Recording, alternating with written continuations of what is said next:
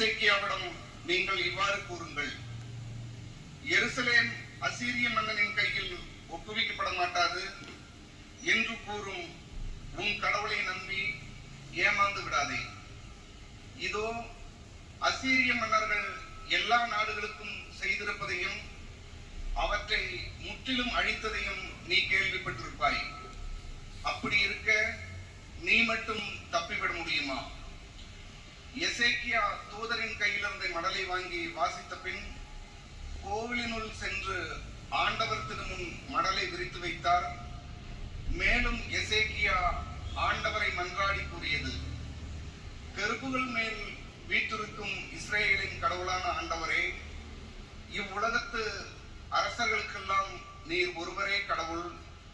விண்ணையும் மண்ணையும் படைத்தவர் நீரே. ஆண்டவரே, நீர் செவிசாய்த்து கேட்டருளும். ஆண்டவரே, உம் விழிகளை திறந்து என்னை நோக்கியருளும். தூதனுப்பி என்றும் உள்ள கடவுளை பழித்துவிட்டும் சனக்கரேட்டின் சொற்களை கேட்பீராக. ஆண்டவரே, அசீரிய மன்னர்கள் வேற்றினத்தாரையும் அவர் நாடுகளையும் அழித்தது உண்மைதான். அவர்கள் வேற்றினத்தாரின் தெய்வ சிலைகளை நெருப்பிலிட்டு எரித்தனர். ஏனெனில் அவை உண்மை கடவுள் அல்ல, மரத்தாலும் கல்லாலும் மனிதன் செய்தவையே. எனவே அவற்றை அழிக்க முடிந்தது. எங்கள் கடவுளாகிய ஆண்டவரே, இப்பொழுது இவன் கையிலிருந்து எங்களை காத்தருளும். இதன் மூலம் நீர் ஒருவரே கடவுளாகிய ஆண்டவர் என்பதை உலகின் எல்லா அரசுகளும் அறிந்து கொள்ளும்.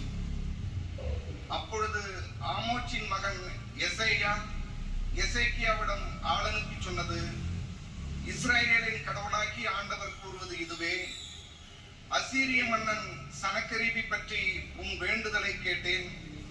அவனுக்கு எதிராக ஆண்டவர் கூறிய வார்த்தை இதுவே, கன்னிமகள் சியோன் உன்னை இகழ்கிறாள், உன்னை பார்த்து நகைக்கிறாள். மகள் எருசலேம் பின்னின்று தலையசைக்கிறாள். ஏனெனில் எஞ்சியோர் எருசலேமிலிருந்து வெளியேறுவர், உயிர் பிழைத்தோர் சியோன் மலையினின்றும் புறப்படுவர். படைகளின் ஆண்டவரது ஆர்வமே இதை நிறைவேற்றும். ஆதலால் ஆண்டவர் அசீரிய மன்னனை குறித்து இவ்வாறு கூறுகிறார், இந்நகருக்குள் அவன் நுழைய மாட்டான், அதில் அம்பு எய்ய மாட்டான், அதை எதிர்த்து கேடயத்துடன் வரமாட்டான், அதற்கு எதிராக முற்றுகை தளம் எழுப்ப மாட்டான். அவன் வந்த வழியே திரும்பி போவான், இந்நகருக்குள் நுழையவே மாட்டான் என்கிறார் ஆண்டவர்.